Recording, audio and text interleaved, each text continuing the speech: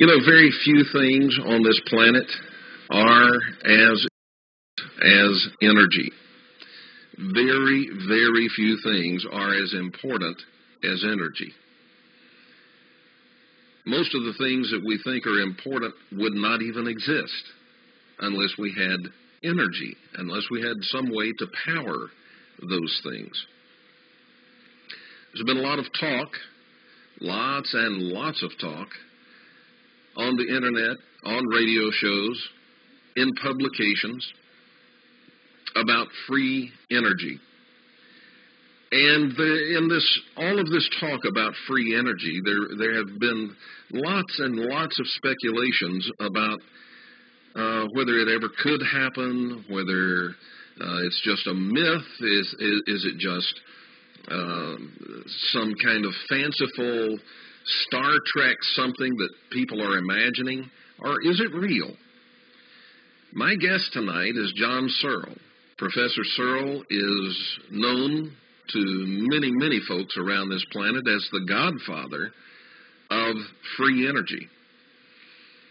Now, he has developed what he has developed, and he'll talk to us about it tonight, but he's done so in the face of lots of opposition. This show tonight is a particularly important show because, according to Bradley Lockerman, who is the filmmaker who has made the film The John Searl Story and who set up this interview for us tonight, according to him, Professor Searl has not done a major radio interview in the United States for about a decade, maybe a little more than a decade. So this is indeed a great privilege for us, and I know you'll be excited. And although this show is not a USA show, it's an international show, I'm sitting here in the USA, and it originates from here. Folks all across the country, folks all across Canada, Mexico, all the countries of South America, the UK, all over Europe, Asia, Australia, are listening. And if you think free energy is important, you need to stay tuned and hear our conversation this evening with John Searl. We have to go to break. We'll be back with John Searl right after this.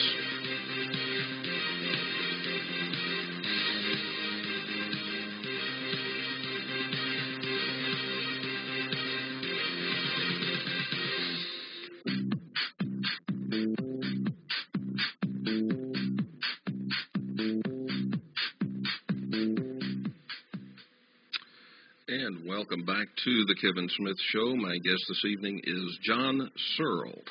And we're going to do a little bit of an experiment here because I don't know whether he can hear me or not. Now, we tested all of this before the show, but you have to understand it's 3 a.m. He's sitting in the UK. I'm sitting in the USA, and it's 3 a.m. where he is. We are using several telephone systems to do this hookup. I won't even explain why that's necessary, but it is necessary, and we're doing it. John, can you hear me?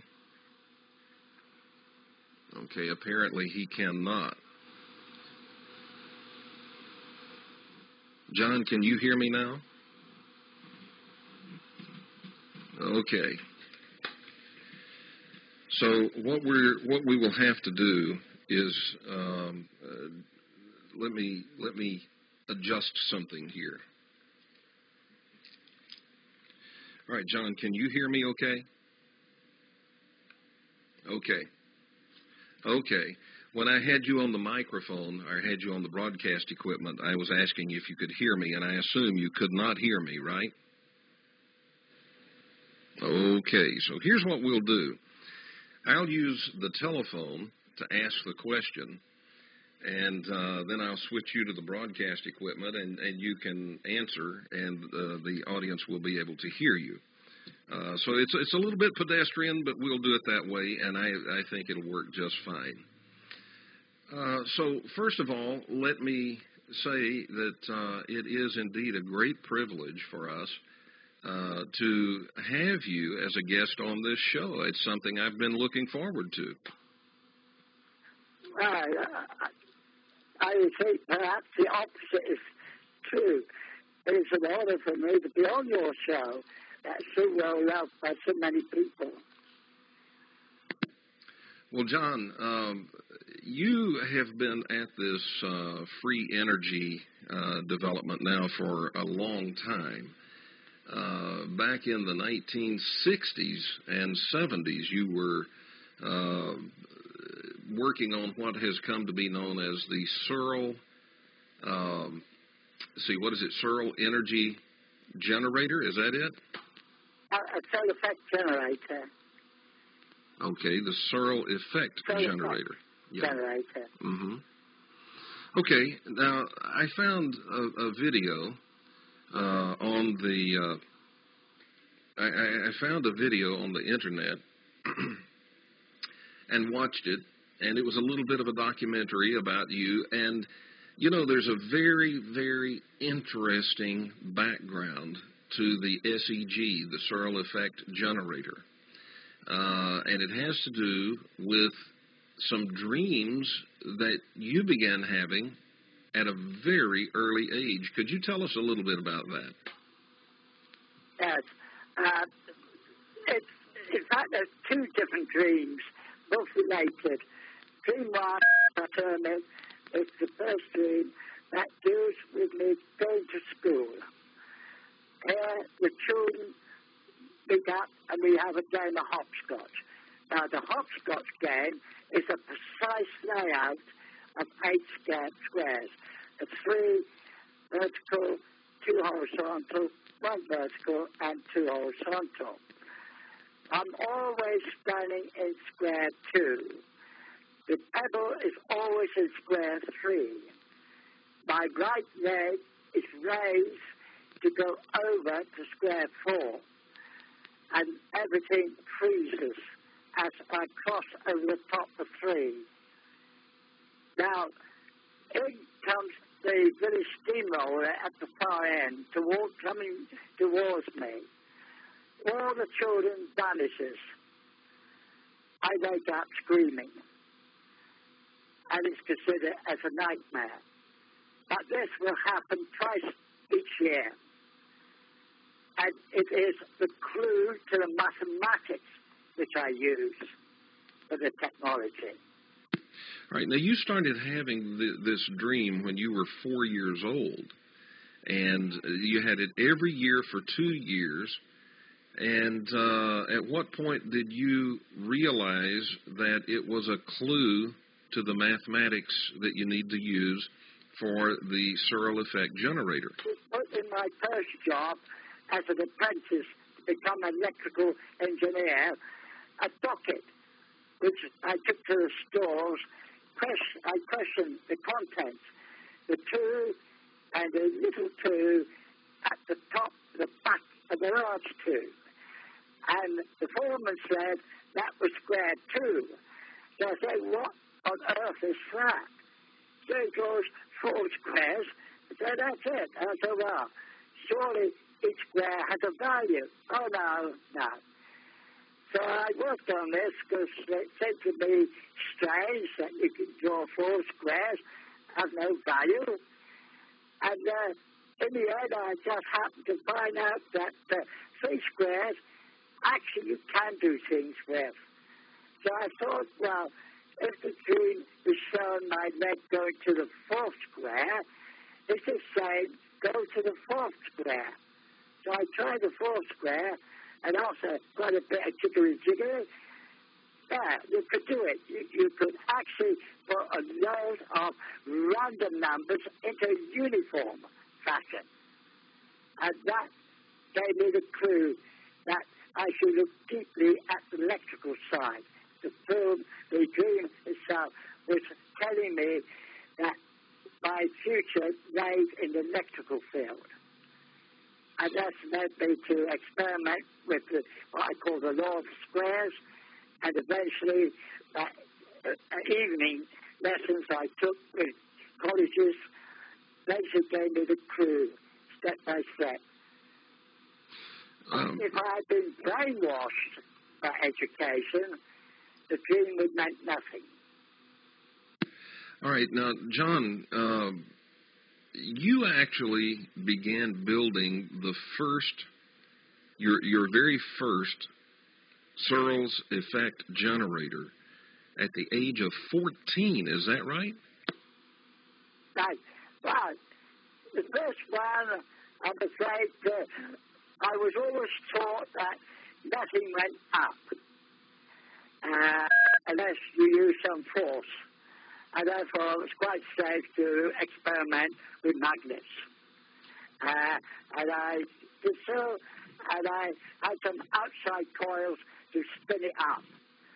Unfortunately, it did not conform to experts' educational standards, that it wouldn't take off. It lifted up and went to the ceiling. And that was a silly thing for it to do. But my landlady had to get up and put a screwdriver in to stop the rollers running. So your very first Searl's Effect generator, you didn't expect that it was going to take off and fly, but it did, and it went through the ceiling. Is that right? Yes. The idea to my mind was add more weight to it. So I put a lot more weight to the base of it, and of course that was the wrong thing to do, because that only had greater force, and that broke the ceiling and went out through the ceiling and the roof. The ceilings are only stressed for loads above, not loads underneath. And the same with the roof. It's only designed to take the stress from the outside atmosphere, not from something pushing away from the inside. Okay, now, one of the things that I read about, and I read this on the internet actually several years ago, that there were, back in the 60s and 70s, a lot of reports of UFOs that really, in your part of the world, that really, it wasn't UFOs, it was John Searl's experiment. Yes, we used to like having fun with the public. The reason is because I've been sent too many books on people's claims on UFOs, and I wanted to put it to the test to find out for myself how people behave if they came without warning on some object they had no ideas about. And the results I found was that people run away from it. You get a car turning up the side road, and they suddenly come in front of this strange circular object. They immediately switch gears back and reverse out of that area as fast as they can.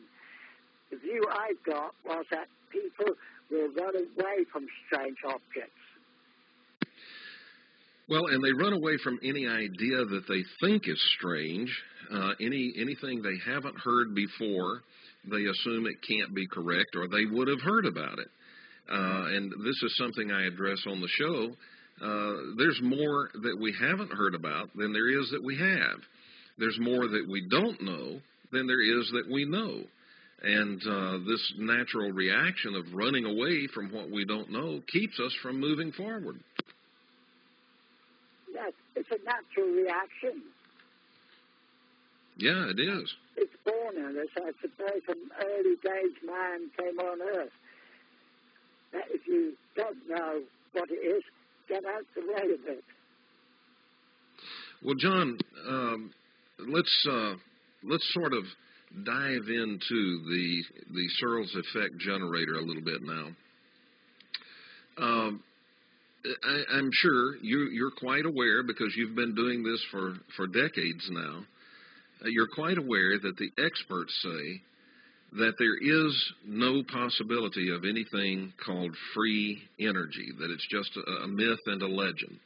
You're aware of that. What would you say to that?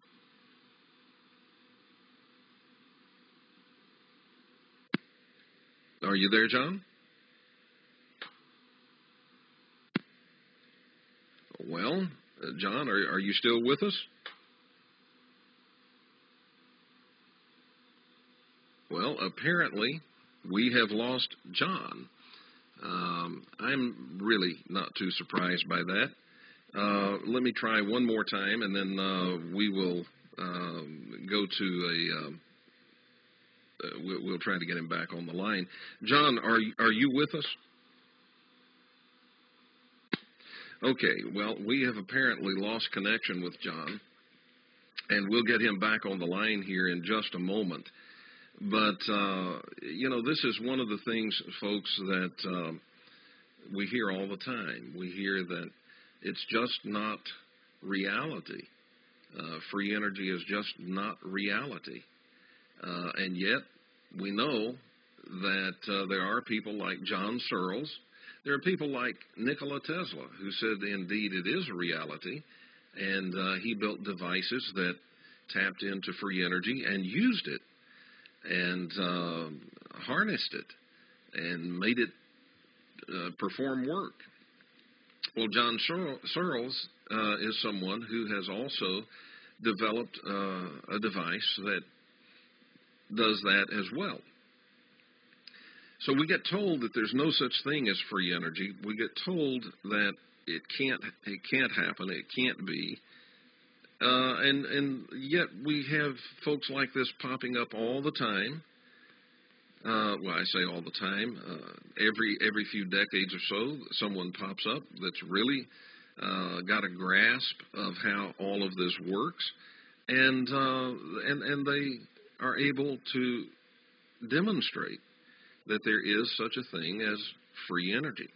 Now, the Searls effect generator is a kind of an odd-looking device, and this Searls effect generator, and when we get John back on the phone, we'll ask him about this. But it doesn't. You don't have to plug it into anything. Okay, it doesn't require fuel in order to run. And what it we'll ask about what drives it, what causes it. But this thing starts to spin, and when it spins, it generates electricity. It generates power, and a lot of it. If it isn't anchored down, it spins and continues to increase in speed to the point that it actually will lift off the ground and fly into the air. And that's what was the cause of a lot of the UFO reports that we were just talking about. I'm not surprised that our link with John was interrupted, and it was interrupted because you heard as I would push the button, I'd ask him, are you still with us? And I'd push the button. You didn't hear a dial tone, and the reason you didn't hear a dial tone is because from the standpoint of our equipment, we were still connected with him. But it was interrupted where he could not hear us and we could not hear him. And I would suspect that there are people that don't want this information out there, but it is going to get out. And, they should know by now that we will find ways around it. It is coming out, and it is coming out tonight. But we may have to contend with a little bit of interruption like that. But John Searls is the subject of this movie, and it's available on DVD. It's called the John Searls story. If you click his photograph on my website, if you click that photograph, what will happen is it will take you to the website of that DVD, and you can check it out. Free energy technology exists. It's not mythological. It's not Star Trek-ish. It exists. It's here. It's now. And this is, as far as I know, the only individual who has built working demonstration models of the technology.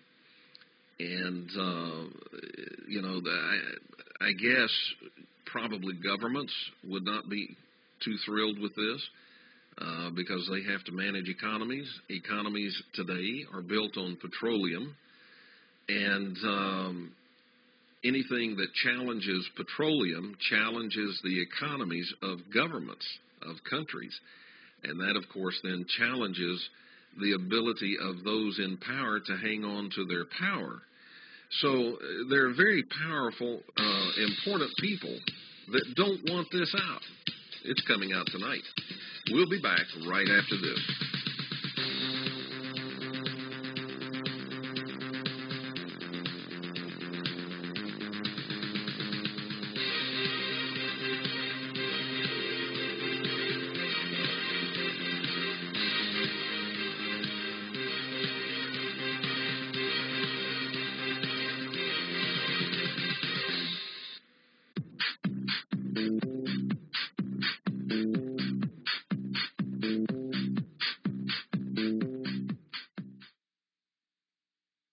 And welcome back to the Kevin Smith Show. We are talking with John Searl. We've reestablished contact with him, and I suspect we will probably have several episodes of interrupted talk this evening.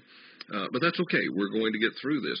John, we were talking about the SEG. And first, let me just make sure that you can hear me. Can you hear me now? Yes, thank you. Okay, let's talk about the SEG. There are experts out there, and you know this because you've been doing this now for decades, but they say this is impossible, and there is no such thing as free energy. What would you say to that? To that, of course, experts to everything state that it's impossible because they haven't done it. And the last thing they want is somebody proving that it is possible. In my case, I face this all the time and still do today. You cannot print a magnetic wave on metal. That's wrong. The SEG is a linear motor operating on a magnetic bearing. Its structure is such that it is like 3 auto transformers, each one producing in its own right more energy. The first one feeds its output to the second one. The second one output goes into the input of the third one. The results coming out is like your EHT mains coming across the country side. You have to step the voltage down to a step-down transformer to the voltage you require. And the result is that the current is proportional to the voltage as in any other generators. Okay, now I have a question about this. The SEG does not use any fuel. And I've lived in places where I had to have a generator in order to have electricity. And it used either benzene, gasoline, or it used, in one case, I had a generator that used diesel fuel. But the SEG is not using any fuel. Does it have any power input, like from an electrical current that you have plugged in, or anything like that? First of all, we are working with nature, not against nature as we do in all convention motors. The first thing is, within all space, there's a lot of negatives, ions floating around, nowhere to go. The idea of this is that if we can move a mass in a magnetic field that has itself a magnetic field, then the lines and flux cutting conductors will induce electricity. That applies to all generators, regardless how they are fed. This sucks in the electrons from the space fabric around itself, compresses, and then releases them. That release, that's the work we wish to do. It's like a water wheel. You've got a reservoir of water. You've got control valves, which control the rate of release. This drops, and in dropping to the wheel, the water wheel, it picks up energy. And it's that energy that turns the axle of the power unit you're going to feed, and the water carries on as normal. Nothing is lost. All you've done is use what you picked up in energy on the floor. The SEG is similar. It collects energy as it spins round, and it gives up this energy to the coils as it passes the coils.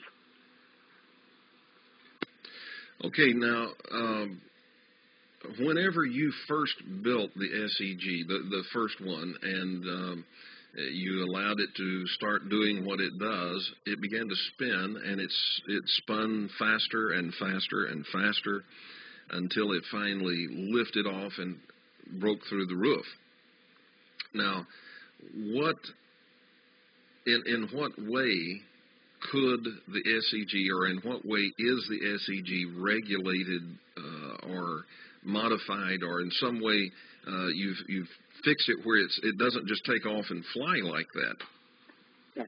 Well, first of all, we were working with something which no records were made as to what would happen if we did this and that. As far as everyone concerned is that gravity lost the master. What was happening here was as the SEG speeded up, so the temperature was dropping. When it reached around 4 Kelvin, the whole system reversed itself. And instead of the gravity pulling it down, it pushed it up. And because of that, I worked on giving it a body. And that's why the blind side took off first. It took time to discover how to overcome this problem of getting airborne.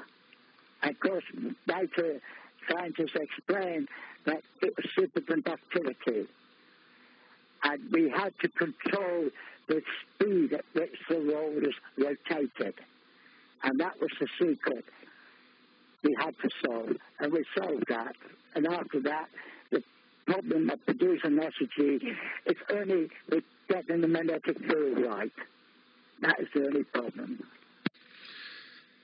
But then, in addition to generating a lot of power, this suggests that this same technology could be used as a system for flight like we do in airplanes today. But you could use this system as opposed to those jet engines. Yes, without question.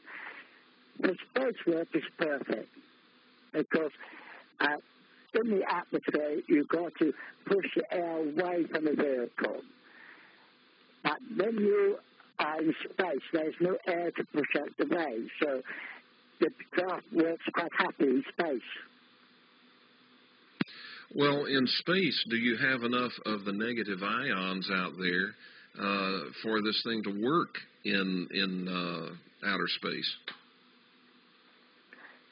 There's always plenty of energy for this technology, because what's the difference between this technology and conventional technology? You do not have to carry fuel. You do not have to burn fuel. The fuel is there. You cannot see it, but it's there.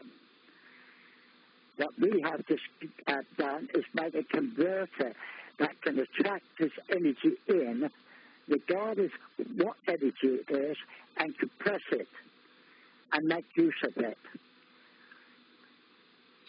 Okay, now let's talk about the power output of this SEG. I've shown on our TV channel, I've shown a picture of the working prototype model, and so people have seen it. And now the question is, two questions: how large is this thing, And how large does it have to be in order to generate enough electricity, say, for a household? First of all, quite naturally, one would look at the amount of workload you want to move. The larger the diameter, the greater the load you can carry. Now, the thing is that we may be talking about 12-ton weight vehicle. Now, this weight is really near the rim of the craft. That does a number of things, and not only produce the power we need, but also stabilize the structure so that you can actually hover it in a gale force, and it will just stay there. You cannot do that with an aircraft. Okay, and this brings up the question then of, I just heard an extra click. John, are you still with us?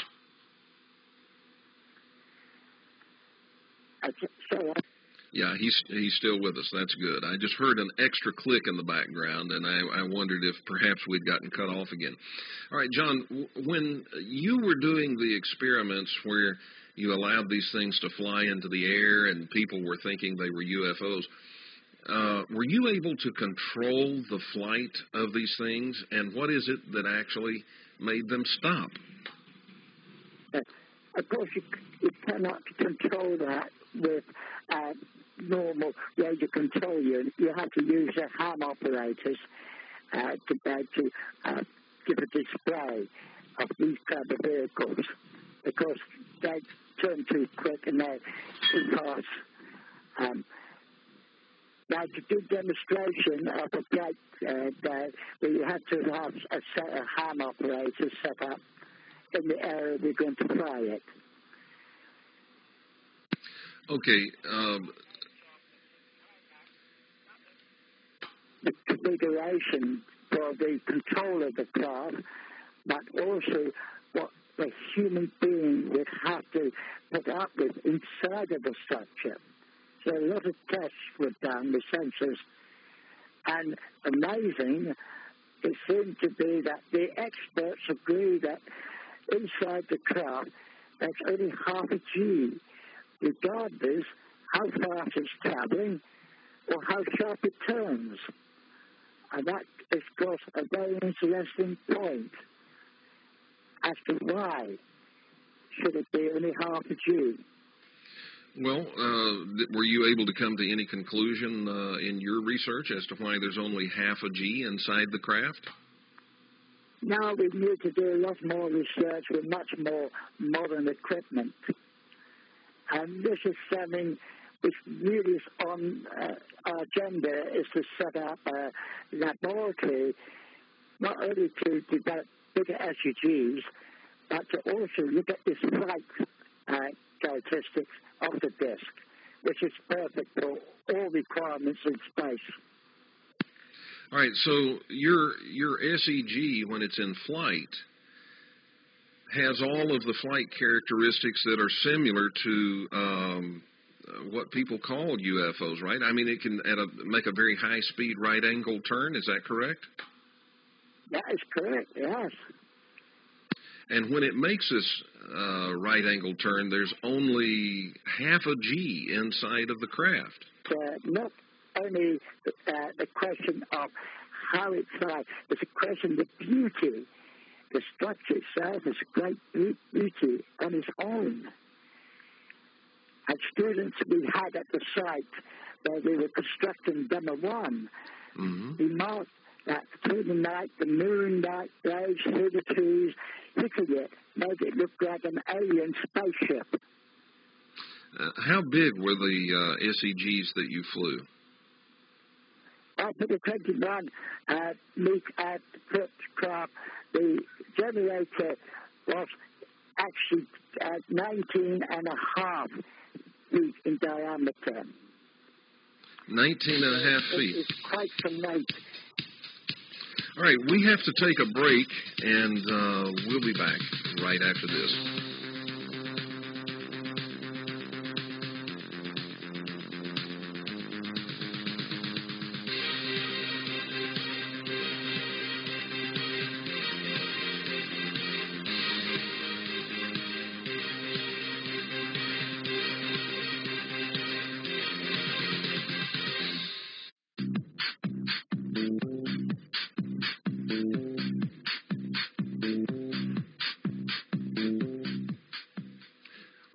welcome back to the Kevin Smith Show. My guest this evening is John Searl, and he is known around the world as the godfather of free energy. John, the experts say it can't happen.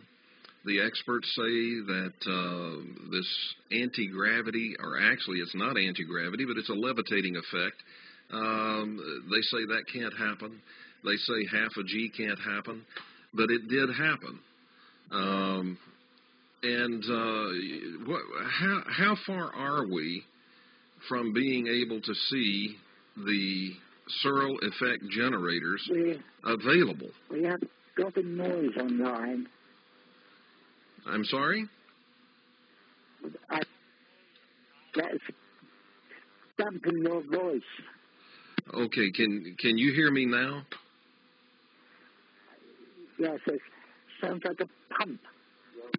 Yeah, it's we're having some audio problems between here and the UK, and probably related to the tremendously bad weather we're having out here in the western United States. But how far are we in terms of time? How long do you think it will be before we see a SearlFX generator in commercial use?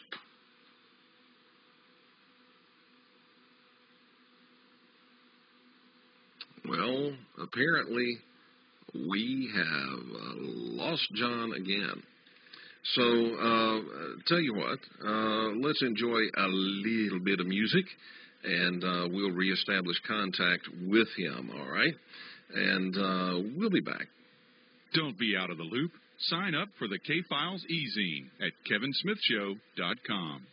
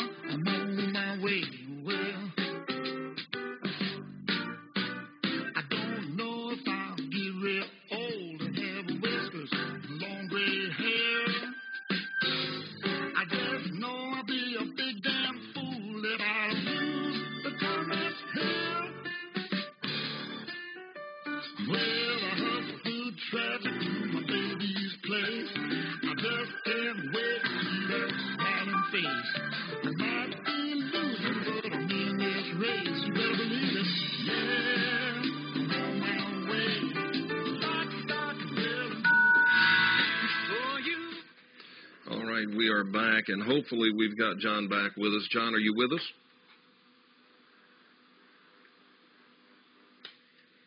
Okay, John, are you still with us? Yes, absolutely. Oh, okay, very good. Now, John, the question that I have is, how long do you think it will be before we see a SearlFX generator in commercial use? I'm sorry they lost you. Okay. How long, John, do you think it will be before we see a SearlFX generator in commercial use?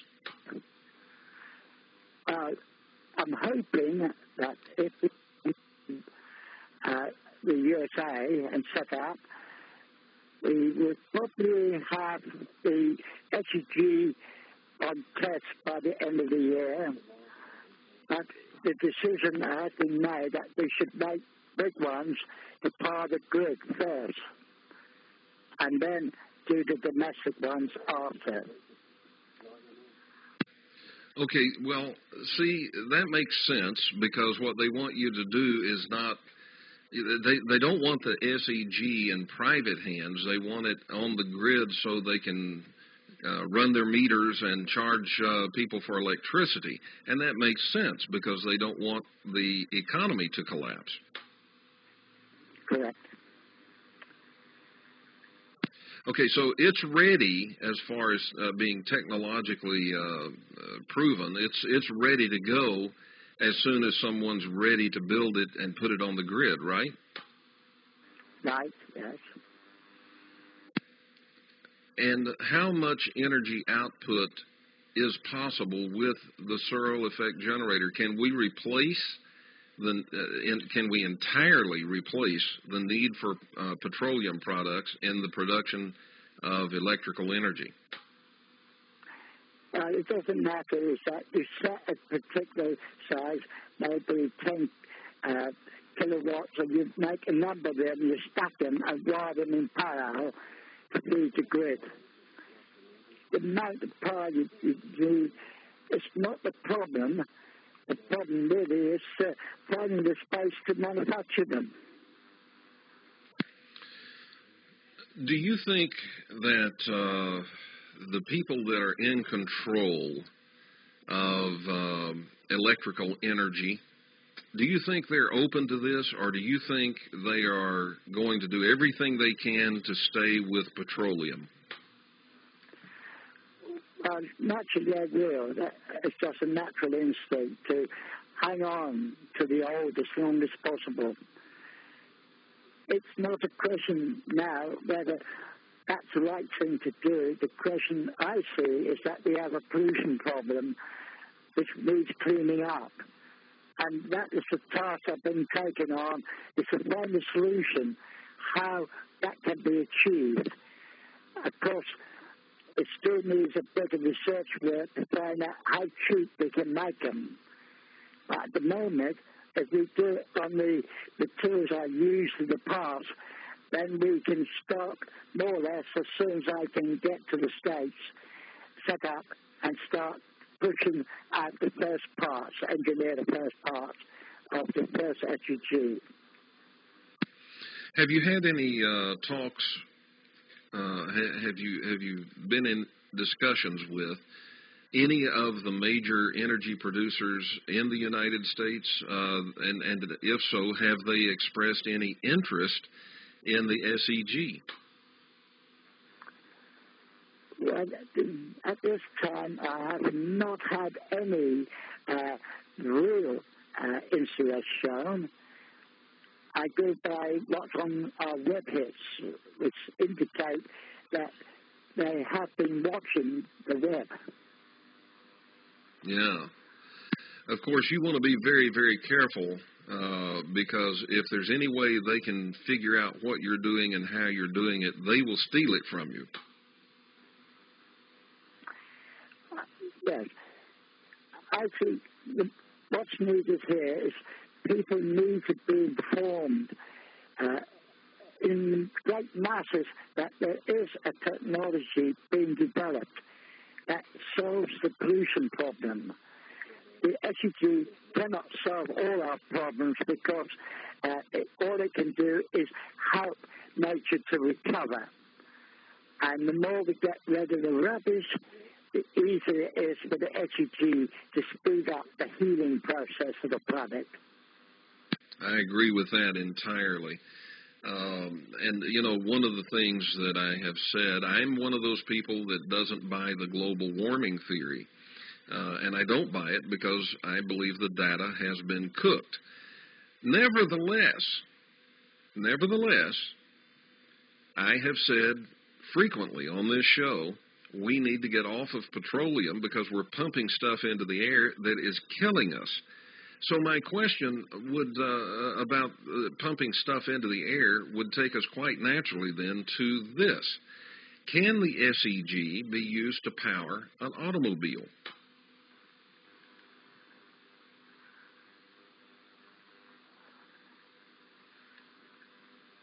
Okay. Can you hear me? All right, John, can you hear me? Now I can hear you. Okay. Can the SEG be used to power automobiles? Oh, yes. In fact, I'm trying hard to get America to work with me and get a test car. All right. We have to take a break, and we'll be back right after this.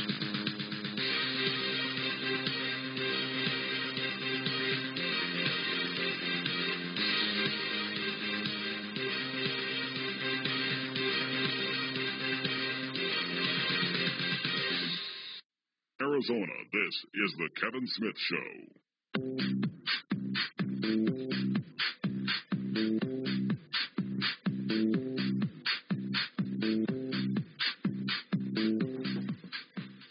All right, welcome back to the Kevin Smith Show. Let me just check and make sure we still have John. John, are you still on the line with me? Yes. Okay. I had asked you a question when we went to break, and then the break took over. And I want to be sure that people hear the answer, and that is this question. Can the SEG be used to power automobiles? Yes, the SEG is something which I've tried hard to get into cars. In fact, I've been trying to get America to start the work and get a car converted. I asked John Thomas in New York, which is New York, if he can organize and encourage people to invest in such a project to install a car with the SUG as soon as we produce one, so that it can be road tested east to west and back to east non-stop. This is something no other car is able to do non-stop. I'm sure that you have read the stories about when Nikola Tesla developed a free energy power system that he installed in a car, and this car was test driven all around New York City. This, of course, was back in the early 1900s. But are you familiar with that? I've just heard sort of little bits and pieces about it, but nothing that is concrete. Yeah, and then the newspapers, of course, newspapers tend to be bastions of idiocy, but the newspapers accused him of being in league with dark forces. So he took his equipment out of the car, took it home, dismantled it, and no one ever saw it again. Have you been maligned in such a way? Have you been accused of being in league with dark forces?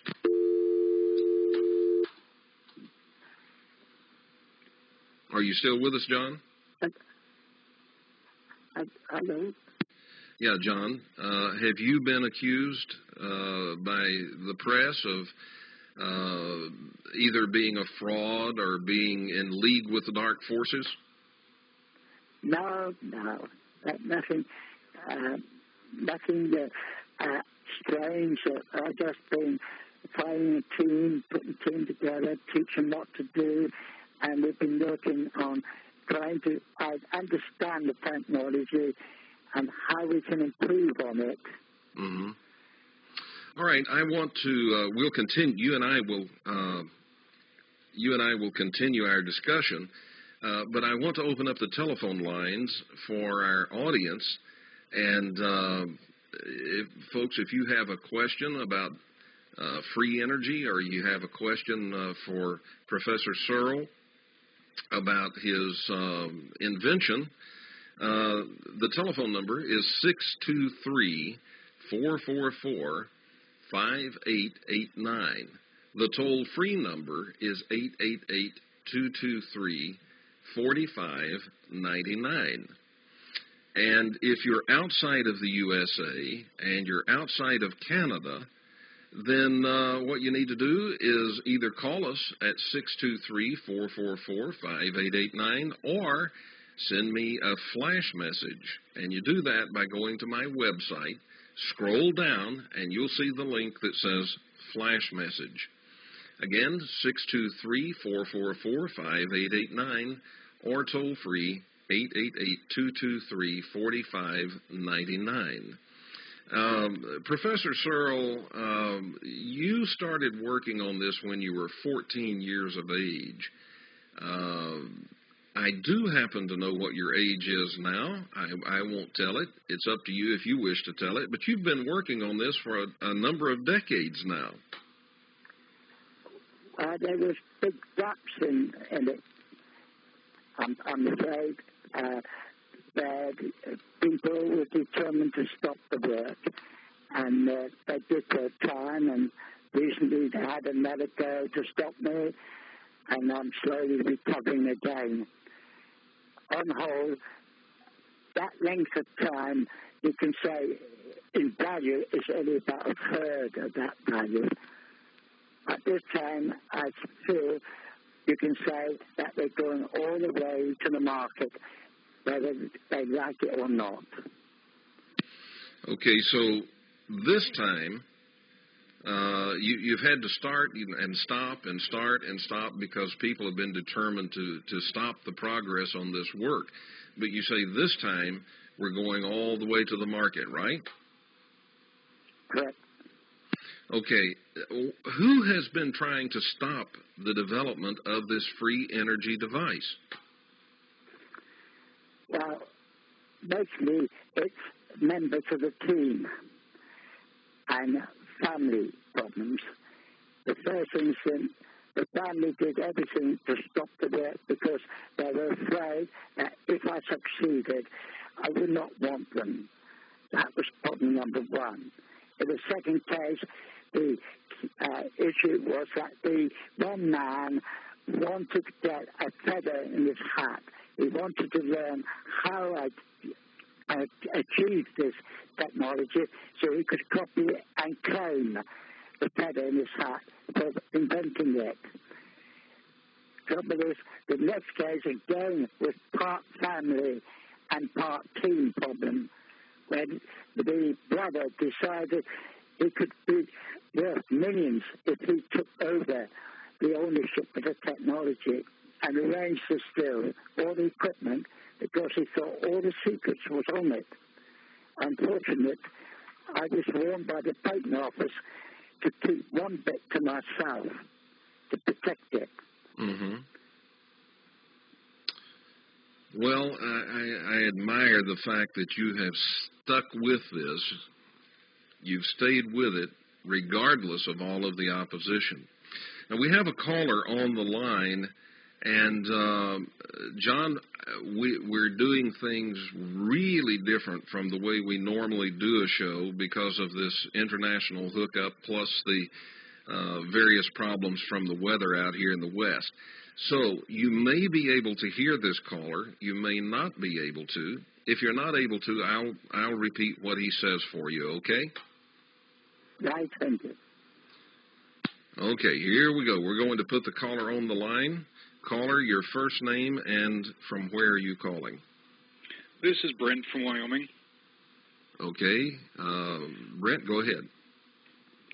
John, I have a question for you.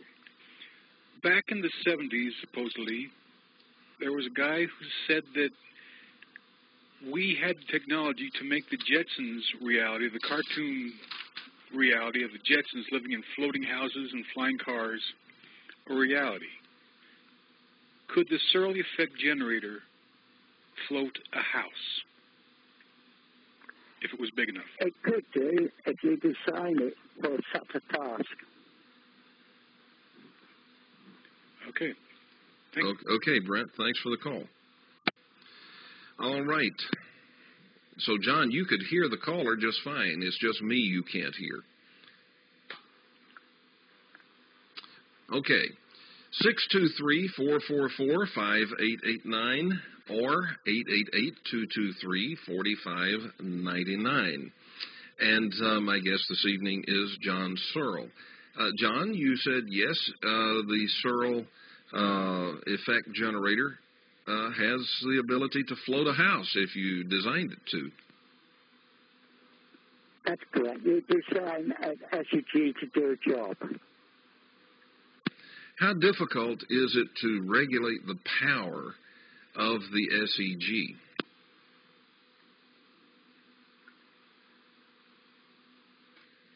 John, I don't know if you can hear me. Let me ask the question again. How difficult is it to regulate the power of the SEG?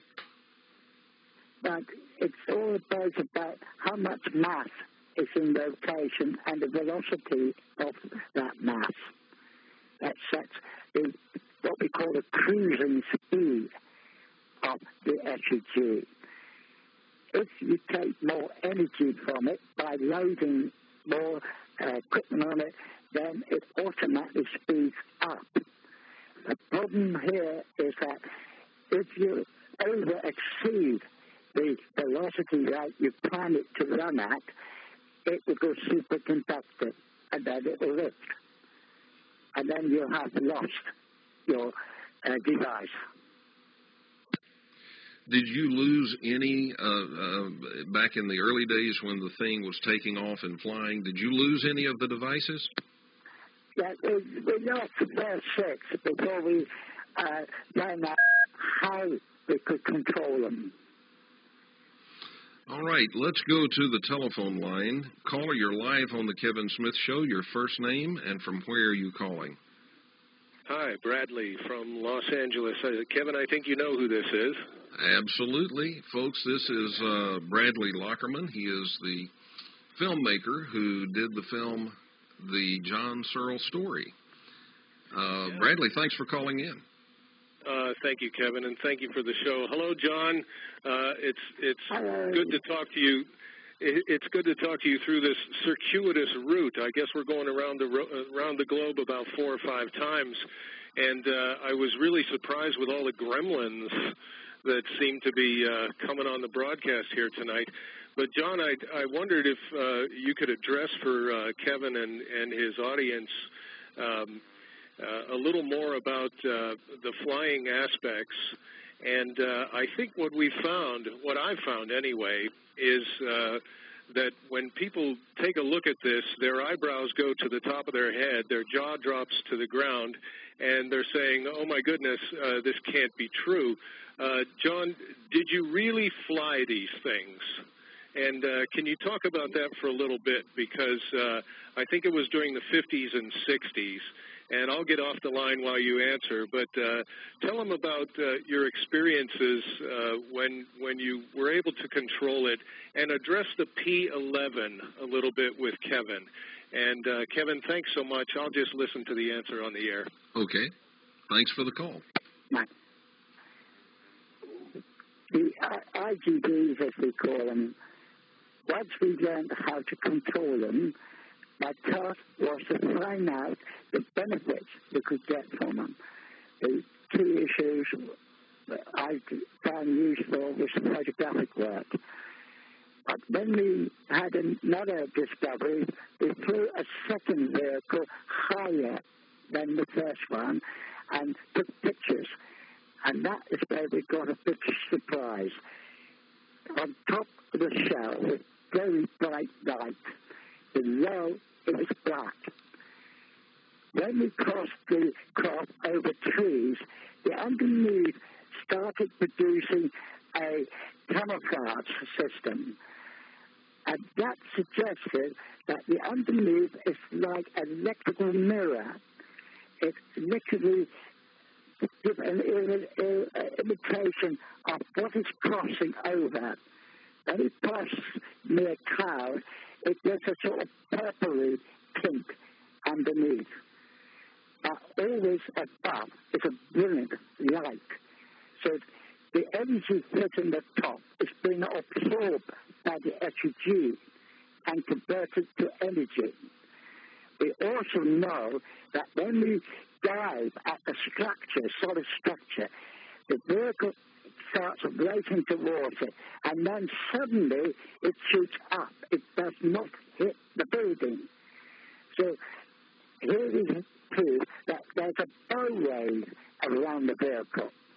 That if that bow wave gets compressed to inwards to the craft goes upwards automatically. This means that, in my mind, that a craft and the engine should ever fail, the craft would intend to remain at the point the engine fails. Okay, so that would mean then that it would be very difficult for this craft to actually crash. Yes, it cannot crash. That's what we prove time and time again. You deliberately try to crash it, but you can't. You cannot. There's a bow wave effect around it. And it appears that it stands on about a foot and a half on a small model to something like a meter on a big model. Okay, now... If a car which constructs a similar, it means that a car is passing, you cannot possibly pull out in front of it because the bow wave around you will prevent it until that vehicle is clear of you. Again, you could not crash in the car in front of you because of the bow wave effect. The car behind can't bump into you because of the bow wave effects. Okay, so you have successfully flown these, and I think you said the largest one was about 19 and a half feet in diameter. Would there be any reason that you could not build one, say, 100 feet in diameter? I never caught those last words. Yeah. You said that you have successfully flown one that was about 19 and a half feet in diameter. Is there any reason why you could not build one and fly one that's, say, 100 feet in diameter? Oh, no, they told me that it didn't fly better. 500 feet in diameter would even be better still. Okay. Let's go to the telephone. Caller, you're live on the Kevin Smith Show. Your first name and from where are you calling? Hello, my name is Haya, and I'm calling from Victoria, British Columbia. Hello, and what's on your mind? Well, I was going to ask John's a question, and also just want to make a comment as well. Back in 1955, 56, as a child, I lived in Quebec, in Canada, on the East Coast, and friends of ours were Vicar Air. He was a ham radio, and I don't know what he did, but he had a lot of the whirlybirds and vehicles, unusual vehicles in the hangars. And one of the vehicles that I noticed was a spherical machine. It was just floating in the air. I wasn't allowed to get close to it. I was told it could be dangerous, and I wasn't allowed to go underneath because nothing was stabilizing it. That's number one. And I was just wondering if he had a vehicle at that time parked there. The second one I was going to say is back in the early 80s, living in the Middle East, there was a program on, and the Russians have built one similar to the one I saw back in 55. They are making it for commercial use. Quite interesting. It's silent. It is it's easily maneuverable, and they've already made it back in the 80s. Okay, now you said your name is Heidi? Haya. Okay, Haya. All right, don't go away. I want you to remain there. And John, if you will, can you answer that question for her? John, did you hear the question that Haya asked? Haya? Yes? I think we lost John. You've had a lot of problems lately, I've noticed. Well, let me tell you, what he's talking about is not something that there are people that don't want that talked about. And this show goes all over the world. And I'm aware of that because when I was in the Middle East, they were making comments about what was happening over there. And with my parents living over here and I was over there, I used to tell my parents all the time, who is ever telling you these lies? Because that's all they are, is lies. Mm-hmm. It's misrepresenting. So I'm aware that there's a lot of negative influences to keep these things from the public. And, you know, the people that are in control right now, they want to keep it in control. Well, I just so you know and the rest of the audience knows, I still have the button pushed here where we should be able to hear John. Now, if, in fact, my phone had dropped him, if it was a problem here, we would be hearing a dial tone. So my equipment... Well, quite truthfully, I think somebody's been deliberately, you know, breaking the line. Every time there's something that's important coming on. Well, you couldn't put a tracer on and find out who's doing it. Oh, it would go to what's called a black hole server. You'd never get past it. But what we're going to do is try to get him back on the line, and then we'll continue. But I just want folks to know. Especially for 1955-56, and the place was called McVicar Air out of Dorval, outside of west end of Montreal. So, and that's when I saw the very first vehicle, and it was like a gun color. It was a metallic of some type. Okay. Couldn't see any doors, couldn't see any windows, but it was spherical, and it was, you know, sitting there. All right. We're going to make one more attempt here to see if John can hear us. What's happening is between here and there, someone is interrupting and just making it so that he can't hear us and we can't hear him, but it's not disconnecting the phone line. So we'll give it another try. John, can you hear us? Okay. Well, Hiya, let me ask you this. Now, the one that the Russians built, you saw this on television when you were in the Middle East? Yes, I did. I've never seen it again. I think it was put on in the very first place because it was absolutely incredible information. But then I think whoever put it on got in a lot of trouble because they pulled it pretty quick. So there was a number of people that saw it, but then there's a lot of people who didn't see it. Mm-hmm. But yes, it was in the early 80s.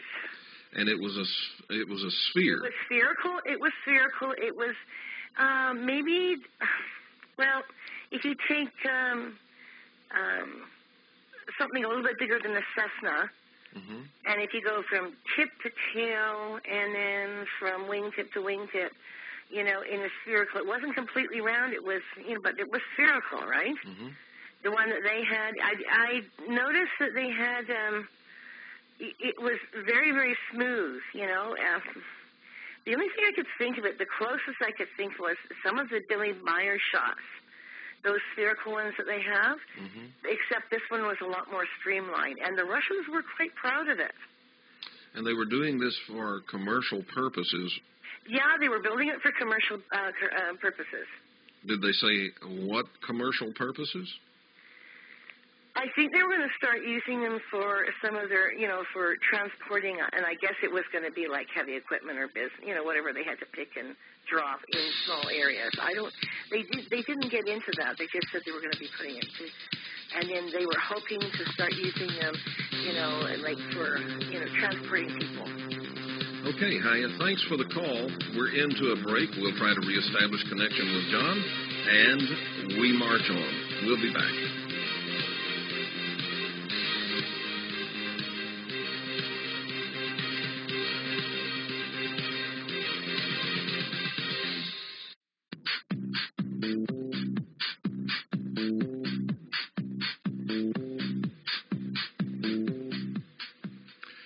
Welcome back to the Kevin Smith Show. We have John back on the line. At least we did 30 seconds ago, and we'll just have to see if he's still able to hear us. And to the caller that's on the line, if you will, just hold on. We'll get to you in just a moment. John, the caller that was speaking just before you got cut off the line was asking if, number one, She said that back in the late 50s, early 60s, at McVicker's airfield in Montreal, she observed a sphere that was just floating off of the ground in a hangar, and she wondered if you had any of your craft at that airfield back then. No, I'm sorry. I never had nothing there at that time. Okay, and she said the Russians, she saw this when she was living in the Middle East, and there was a program on television where they showed a very similar craft that the Russians had built, and that they were very proud of it, and they were going to start using it for commercial purposes. Have you heard of that? No, I'm afraid I haven't. All right, let's go to the telephone, and we have a caller online. And caller, your first name and from where are you calling? Yes, Kevin, it's Mike from Kentucky. Hi, Mike. How are you doing tonight? Good. Based on what I was hearing there from your last caller, this sounds exactly like the Russian cosmospheres that were developed in the early to mid 1970s, and they worked off of some type of electro drive or electric drive, just like these things that he's talking about. Okay. And what do they use them for? Well, they used them mainly for military back then. Back when the Cold War was going on, they had like a fleet of 200 or 300 of them, and they would just put them up, and they would hover almost indefinitely above the earth anywhere they put them. A lot of the explosions, that we heard about appearing off of the east coast of the United States that were attributed to UFOs, allegedly, and now I say allegedly, were caused by these cosmospheres as they would move about. John, have you heard of those? Russian cosmospheres? No, I'm afraid I have no indication whatsoever on that subject. Yeah, I've heard of them, but I've never been able to find any details about them. Well, Mike, thanks for the call, man. I appreciate it. Okay, take care. All right. 623-444-5889. We have a message from Bob in Australia, and he says, could the SEG work as a power source to travel to other star systems? So what do you think, John? Sorry, I tried to hear exactly what was said. Okay, we have a message here from Australia asking if the SEG could work as a power source to travel to other star systems. Oh, that would be perfect for that type of work. Okay, let's go to the telephone line, and caller, you're live on the Kevin Smith Show. Your first name and from where are you calling? Hi, this is Bob from California. Hi, Bob. Hi, I have a quick question for the guest. Okay. It's my belief that there's enough energy in one atom to do limitless things almost, if utilized. Does the guest think that there's enough energy in one atom to not only propel something faster than the speed of light, but also is it proven already? Thank you. Okay. Yes, every atom has enough energy to prime objects. It is getting that energy out under control that is the problem. The SEG is doing just that. It tunnels the energy slowly out of the atom, and it's using that for its propulsion of the mass around the plate. It's a tunneling effect. So you could take one atom and power a city, if it was possible, to control the flow of energy out of that atom. Is that what you're saying? Yes. If you could, after all, you look at an atomic bomb, the immense energy that's released. If that was controlled in a stream like you're controlling water, then you could power a whole town or city from that atom. Now, what you're doing, your technology, though, has nothing to do with splitting atoms. It just has to do with the flow of the atoms, right? That's correct. Mm-hmm. So there's no problem with any kind of radioactivity, right? Right. All right. So what you have proposed is, and what you're building is safe, it's clean, and it doesn't require fuel to run it. Am I correct? Yes. All right, if it's safe and it's clean and it doesn't require fuel to run it, you would think that some government somewhere would say, that's exactly what we need. Let's get this guy over here and get started building this. But they haven't done that. Why do you think there seems to be either reluctance or a lack of interest by governments?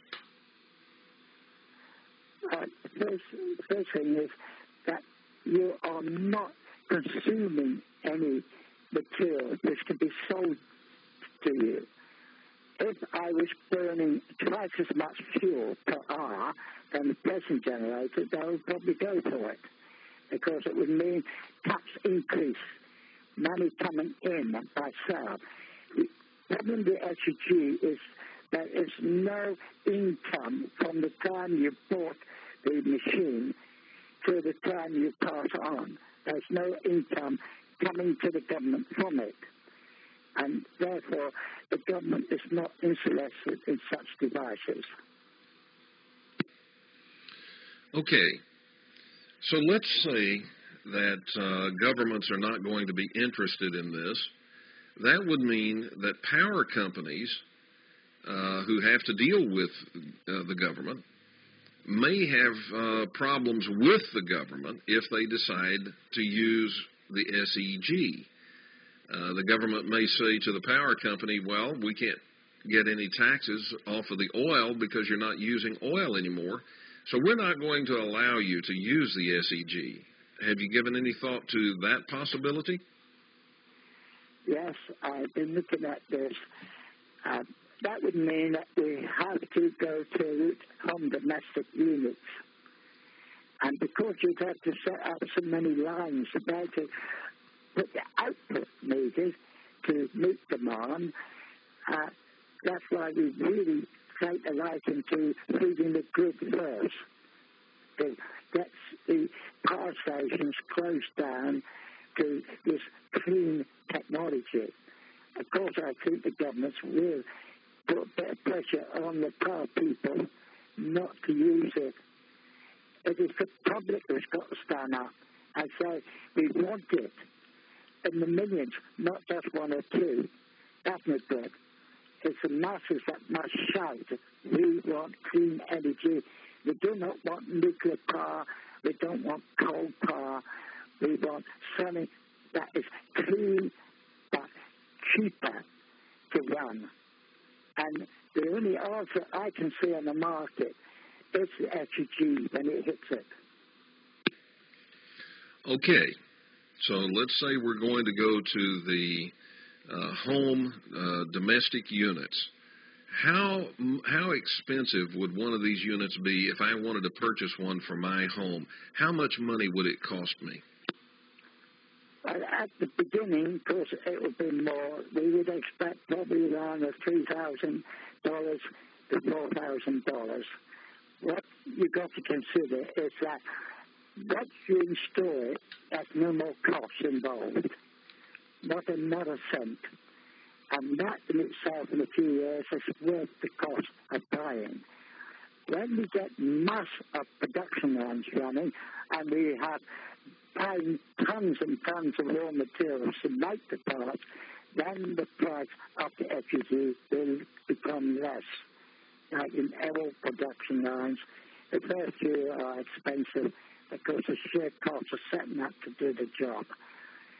But if the public is with us and really help to push this, I think within a year or two, the price of an SUG would become less. Okay. Now, this, I think, is a very important point. The SEG will work just fine whether there's sunlight or darkness. It doesn't depend on the sunlight. Is that right? That's it. It's independent of all conditions. Okay, so if it's sunshine or dark, if it's hot or cold, doesn't matter. The SEG works. It doesn't matter at all. Okay. Now, the reason... It runs cold in any case. Like the cold weather don't make the difference. All right, so if I had an SEG at my house, and by the way, for those who've tuned in late, SEG stands for SearlFX generator. If I had an SEG at my house, and then all of these cataclysms happen that people are predicting for 2012, if all that happens and the power grid goes down, I've still got electricity at my house, and I can still cook, have lights, heat, etc. Everything I need. Is that right? That is correct. You'll be laughing. You are powered up and they're not. Okay. Now, in that case, I would think there would be a gigantic market for the SEG. How big, physically, how big would the unit have to be for my house? Well, you're looking at roughly a meter square. You'd set it in as part of the wall and forget about it. Your family will forget about it. Their family will forget about it. All right, we have to step away for a break. We'll be back.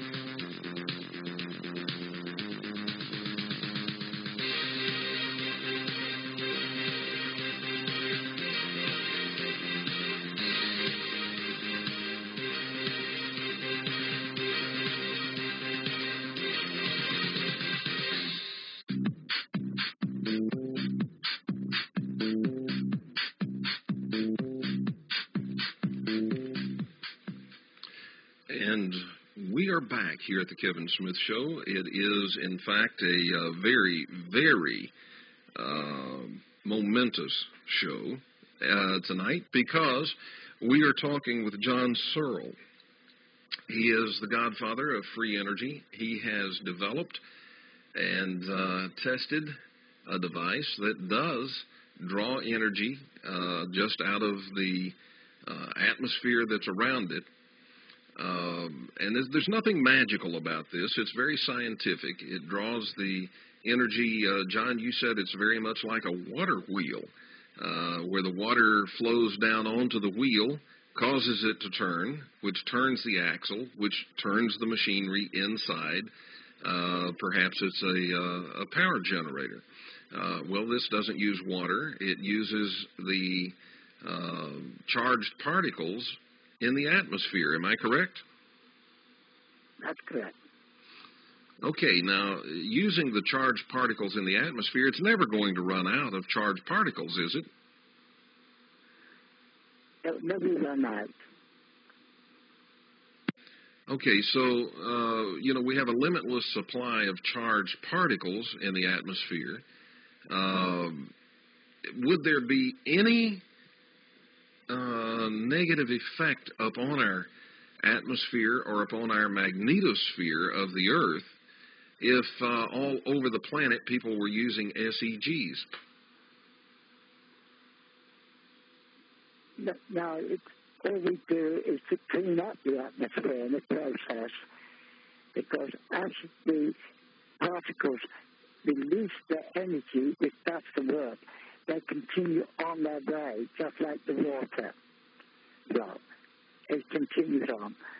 In the case of the SUG, the electrons now free again in the room will be redrawn in and built up their charge again as they pass through the SUG, and they will deliver this charge to the circuit and continue on their way just like water does. It's an identical image of water in motion. Okay, so it would have no negative effect upon the Earth's magnetosphere. No, no. All right, now we were talking about the use of the SEG for domestic home use. And we were talking about how much would one of these units cost. You said $3,000 or $4,000 in the beginning, but as production increases, then the price would fall, which is normal.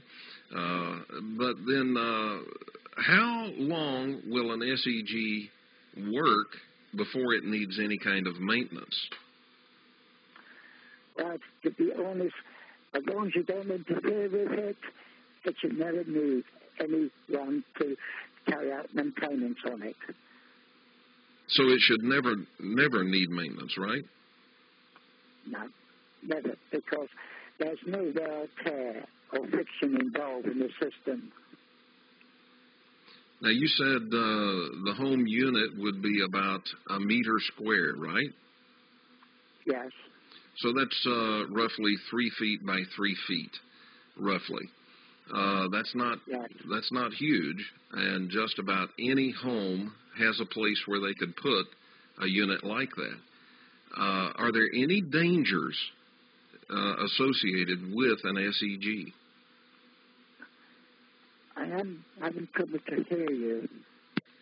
Okay, are there any dangers, any side effects, any dangerous things associated with the SEG? No. In fact, for a housewife, it's beneficial. If she scalds herself, she will feel relief almost instant from the pain. And she will notice that in the next hour or two, the scalds will gradually show signs of healing.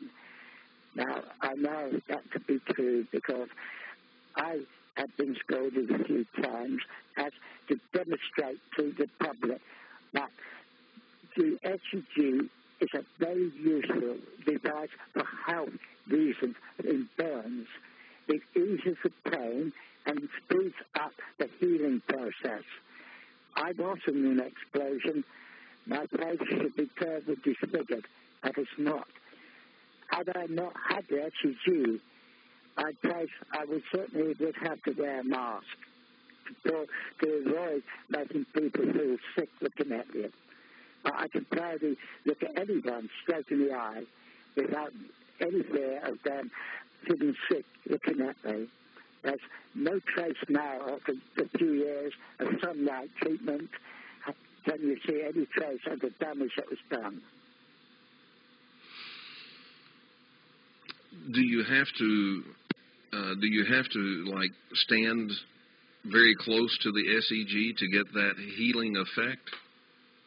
Well, you do have to be close to get the speed of the effect, but the room is actually clean of dust. All your dust is on the floor. For dust to float around the room, it has to be in a positive charge state. In a negative charge state, which the SUG creates, the dust cannot float. As bacteria and viruses travel on dust, they're not moving now on the floor to back them up. So you have a very clean room. And it is cool. And in fact, to explain what it's like to be sitting near such a machine, it's like drinking fresh, pure spring water. It's cool. It's a lovely taste. You have to experience it before you realize how beautiful that output is from that machine. Well, I'll tell you something, and this may have nothing at all to do with the SEG, but I think it might. I think it might be similar. I was at an exhibition several years ago, and there was a man demonstrating the power of magnets. And he had some special magnets that you could put on the side of a can of fruit juice.